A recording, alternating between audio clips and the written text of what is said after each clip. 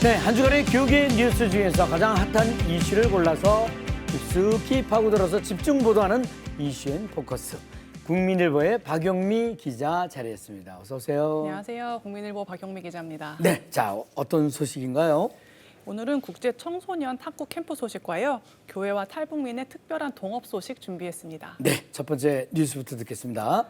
이 탁구채 하나로 아이들의 마음을 들썩이게 한 소식입니다. 네. 바로 양영자 탁구선교회가 개최한 국제 청소년 탁구 캠프인데요. 네. 네팔, 라오스, 필리핀 등 해외 5개국에서 날아온 19명의 청소년들이 네. 경기도 이천중앙교회에서 훈련하고 복음도 들었고요. 또 서울 명성교회에서 열린 크리스천 국제 탁구 대회에도 참가하는 귀한 시간을 보냈습니다. 네네. 해외 청소년들이 탁구도 하고 복음도 듣는 정말 귀한 자리였을 텐데 네. 양영자 탁구 선교회라고 이제 말씀하셨거든요. 네. 이름 듣는 순간에 얼마나 반가웠는지. 우리가 아는 그 금메달리스트 양영자 선수 말씀하시는 거죠? 네, 맞습니다. 1988년 서울올림픽 금메달의 주역이자 네. 지금은 선교사로 헌신하고 있는 분입니다. 네. 양 선교사는 2년 전 양영자 탁구 선교회를 설립하고 이 탁구를 통한 해외 단기 선교에 나섰는데요. 현지에서는 시간도 너무 짧고 특히 종교의 자유가 없는 나라에서는 이 복음을 전하기가 너무 힘들었다고 합니다. 네. 그래서 더 깊이 있게 예수님의 사랑도 전하고 체계적으로 탁구도 가르쳐 주려고 아이들을 한국으로 초청하게 된 겁니다. 네. 이제는 양영자 선교사님이라고 이제 불러야 되겠네요. 네. 네. 올림픽 금메달리스트에게 직접 이제 탁구 스매싱을 배운다고 하니 아이들이 얼마나 좋아했을까요? 네, 근데 거기서 끝이 아니었습니다. 네네. 이 강희찬 대한항공 감독, 추교성 탁구협회 이사 같은 이 우리나라 탁구계의 별들이 코치로 총 출동했고요. 네. 또 국민 삐약이 국가대표 신유빈 선수와 만나는 깜짝 시간도 가졌습니다. 네. 이번 캠프의 진짜 하이라이트는 저녁 시간이었는데요. 낮에는 탁구를 배웠다면 이 밤에는 옹기장의 선교회와 워시팀 노아 등을 초청해서 뜨거운 집회를 열었습니다. 네. 같이 온 선교사님들이 각 나라 언어로 설교를 통역해주면서 아이들의 마음속에 복음이 심겨지길 간절히 바랬습니다. 네네. 힌두권 국가인 네팔에서 온 한 학생은요, 예수님에 대해 처음 들었는데 이 많은 사람을 위해 자신을 희생하고 사랑하셨다는 이야기가 잊혀지지 않는다고 소감을 밝혔습니다. 선교회는 앞으로도 단기 선교와 탁구 캠프 등을 통한 복음 전파에 계속 나설 예정입니다. 네네. 탁구를 통해서 전 세계의 아이들이 교제하고 또 복음까지 전할 수 있다니 정말 대단하네요. 한국에서 훈련받았던 학생들을 나중에 아시안게임, 올림픽에서 만나게 되길 응원하겠습니다. 네. 자, 그럼 다음 소식 듣겠습니다.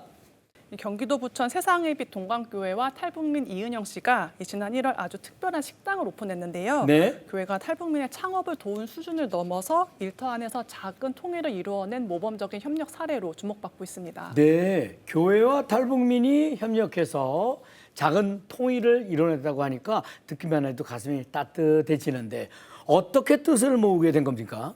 26년 전 탈북한 이은영 씨는 남한에서 결혼을 한 후에 전남 강진에서 전복 양식을 시작했는데요. 네. 매일 새벽 4시 반부터 일어나서 부지런히 일한 덕분에 양식장 규모가 아주 커졌습니다. 네. 사업이 잘 되면서 같은 탈북민을 돕고 싶다는 생각을 하게 됐는데요. 단순히 일회성 도움을 주는 것보다 이 탈북민들이 남한 사회에서 성공할 수 있다는 용기를 주는 구체적인 사업을 꿈꾸게 됐습니다. 네네. 이 사업에 도움을 준 곳이 바로 이 세상의 빛 동광교회인데요. 네. 이 교회는 이 씨가 처음 복음을 받아들인 곳이기도 합니다.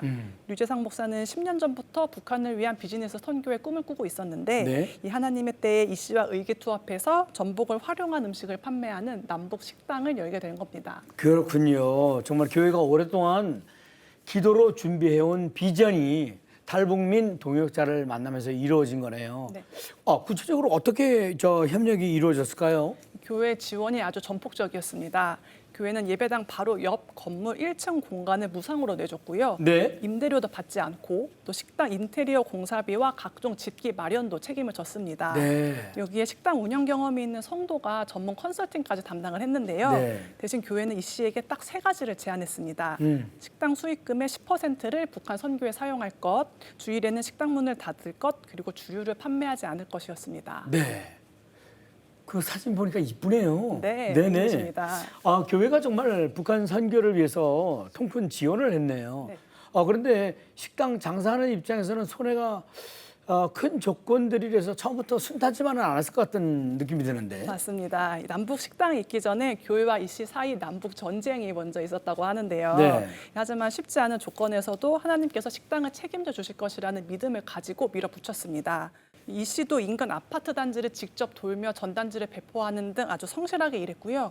결국 지난 4월부터 수익이 발생해서 교회에 첫 11조를 드리는 기쁨을 누리기도 했습니다. 네. 교회와 이 씨는 남북 식당을 2호점, 3호점으로 확장해서 더 많은 탈북민들에게 든든한 디딤돌이 되어주고 또 작은 통일을 이뤄가겠다는 목표를 세웠습니다. 네, 알겠습니다. 네. 교회의 사랑과 탈북민의 헌신이 만들어낸 남북 식당이 우리 사회에 더 큰 울림을 전해주고 또 통일로 가는 지름길이 되길 기대해 보겠습니다. 박용미 기자 대단히 감사합니다. 수고하셨습니다. 감사합니다. 이어지는 단신 뉴스 보시겠습니다.